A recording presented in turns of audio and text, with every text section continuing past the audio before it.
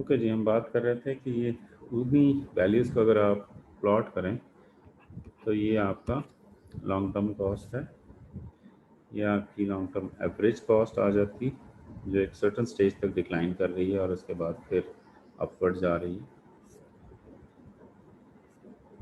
ये आपकी long term marginal cost है, ठीक है।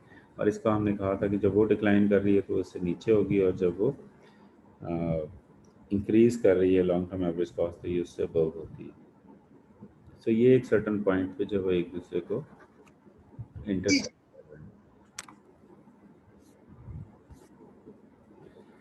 सो जनरल जो डायग्राम है उसकी obviously long term average cost आपकी इस तरह से है, लॉन्ग टर्म मार्जिनल कॉस्ट इस तरह से है, और ये आपका ऑप्टिमल कॉम्बिनेशन है बेसिकली। सो आप Q1 लोएस्ट पॉइंट है आपका लॉन्ग टर्म मार्जिनल कॉस्ट के एस्पेक्ट में, लॉन्ग टर्म एवरेज कॉस्ट के एस्पेक्ट में Q2 जो है वो आपकी लोएस्ट कॉस्ट वाली आउटपुट है। सो आपकी जो लॉन्ग रन एवरेज कॉस्ट है वो यहाँ पे एक पॉइंट है, और यहाँ आपका कहाँ पे आपकी ऑब्वियसली कॉस्ट जो है वो मिनिमल है, तो यहाँ आपकी मैक्सिमम है और यहाँ पे आपकी मिनिमल है।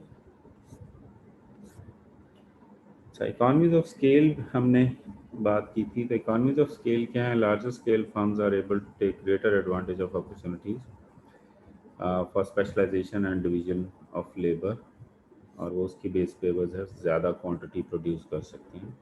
Scale economies also rise when quasi fixed costs are spread over more units of output, causing long term average cost to fall. तो आपकी जो फिक्स कॉस्ट है वो ज़्यादा यूनिट्स पे स्प्रेड होती है, जिसकी वजह से आपकी लॉन्ग टर्म एवरेज कॉस्ट जो है वो डिक्लाइन पे आ जाती है। Variety of technological factors can also contribute to falling of long term average cost. Technological factors recall करें, हम बात कर रहे थे कैपिटल की। तो अगर आपके जो कैपिटल में फर्ज करें मशीनरी है, तो मशीनरी की कॉस्ट जो है वो अगर डिक्लाइन पे है, मशीनरी की कॉस्ट डिक्लाइन पे है, या आपने मशीन ज़्यादा कहते हैं कैपिटल इंटेंसिव इन्वेस्टमेंट कर रखी है, यानी महंगी मशीन खरीदी है, तो एक तो आपकी फिक्स कॉस्ट जो है वो इंक्रीज़ होगी, जिसकी वजह से लॉन्ग टर्म एवरेज कॉस्ट जो है वो डिक्लाइन पे आएगी। दूसरा, उसकी जो प्रोटेक्शन कैपेसिटी है ऑब्वियसली वो इंक्रीज़ कर जाती है, जिसकी वजह से वंस अगेन आपकी लॉन्ग रन एवरेज कॉस्ट जो है वो डिक्लाइन पे आ जाएगी। फिर एक कॉन्सेप्ट है रिटर्न्स टू स्केल, यानी इकॉनमीज ऑफ स्केल तो आपने अचीव कर लिए, उस वक्त आपके रिटर्न्स क्या हैं। सो बेसिकली हमने कहा था कि ये फंक्शन है प्राइस इनटू क्वांटिटी, जो आपका रेवेन्यू है बेसिकली। तो यहाँ पे जी और क्यू आपके पास एक फंक्शन बेसिकली फंक्शन बनता है किसका? Of labour and capital. If all inputs are increased by a factor of C, so ये सी बेसिकली परसेंटेज चेंज है, and output goes up by a factor of z, then in general a producer experiences what? Increasing returns to scale अगर z c से capital हो।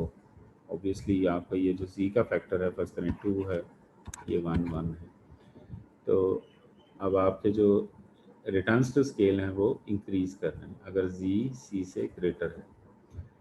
इसका मतलब ये है कि output goes up proportionately more than the increase in input usages. So input usages से तकरीबन डबल, बल्कि नहीं एग्जैक्टली डबल जो है वो आपकी इंक्रीज कर रही है आउटपुट, और उसकी वजह से ऑब्वियसली आप ज़्यादा रेवेन्यूज कमा सकेंगे। लेकिन अगर अपोजिट रिलेशनशिप हो, यानी जी लेस देन सी हो, तो this will be decreasing returns to scale, और इसमें आपकी output goes up proportionately less than the increase in input usages. For example ये आता है 0.75, वो उनके इंक्रीज तो आया है लेकिन वो 0.75 आया, वहाँ 100% चेंज आया, यहाँ 75% चेंज आएगा, तो ऑब्वियसली आपको डिक्रीजिंग रिटर्न्स टू स्केल मिलेंगे। और कांस्टेंट कब होंगे? ऑब्वियसली इन दोनों में जब जी और सी फैक्टर में इक्वालिटी आपको मिलेगी। Output goes up by the same proportion as increase in input usages. Returns to scale के लिए आपके पास ये एक टिपिकल एक एग्जांपल आ गई, क्यू नॉट से आप क्यू वन पे आ गए। अगर आपका जो ये जो चेंज है और ये चेंज है उतना ही क्वांटिटी पे रिप्रेजेंट कर रहा है या नहीं कर रहा। सब ये देखिए मैंने यहाँ तकरीबन डबल किया, बल्कि यहाँ डबल किया और यहाँ भी डबल किया, तो क्या क्वांटिटी डबल हुई नहीं हुई, तो ये हमने देखा। अच्छा, फिर economies and diseconomies of scale जो है वो कैसे रियलाइज हो सकती हैं। ये आपकी लॉन्ग टर्म एवरेज कॉस्ट और मार्जिनल कॉस्ट जो है वो लॉन्ग रन मार्जिनल कॉस्ट का ग्राफ आ गया। अब अगर आप इस पॉइंट को देखें LAC2 को, तो ये लोएस्ट कॉस्ट थी और वो आपकी इनिशियल पॉइंट था। Q2 आपका ऑप्टिमल कॉम्बिनेशन था, ये हम पहले भी बात कर चुके हैं। ये वाला जो पॉइंट है हमारा, जहाँ पे LMC और LAC जो है वो एक दूसरे को कट कर रहे हैं। सब इकॉनमीज ऑफ स्केल कहाँ होंगे, लेफ्ट साइड पे, यानी ये सारा रीजन जो है ये आपका इकॉनमीज ऑफ स्केल का, ठीक है। और राइट साइड पे यानी इस इक्विलिब्रियम पॉइंट से राइट साइड पे आपको डिसइकॉनमीज मिलना शुरू हो जाएगी, यानी यहाँ पे आपका जो ओवरऑल कॉस्ट है वो बेसिकली इंक्रीज कर जाएगी as compared to your benefits.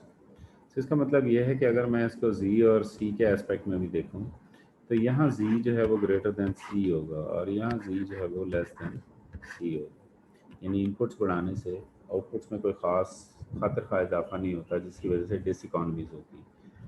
और यहाँ पे आपको इनपुट बढ़ाने से आउटपुट में बड़ी तेज़ी से इजाफा मिलता है।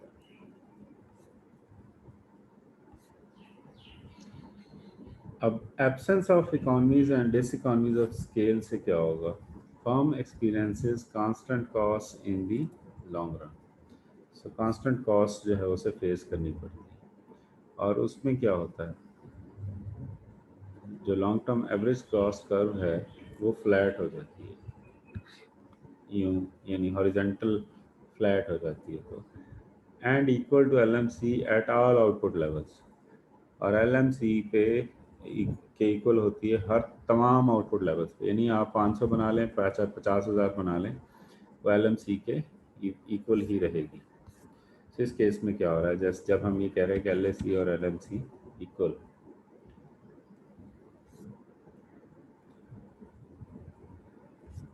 ओके जी, यहाँ तक कोई क्यूरी?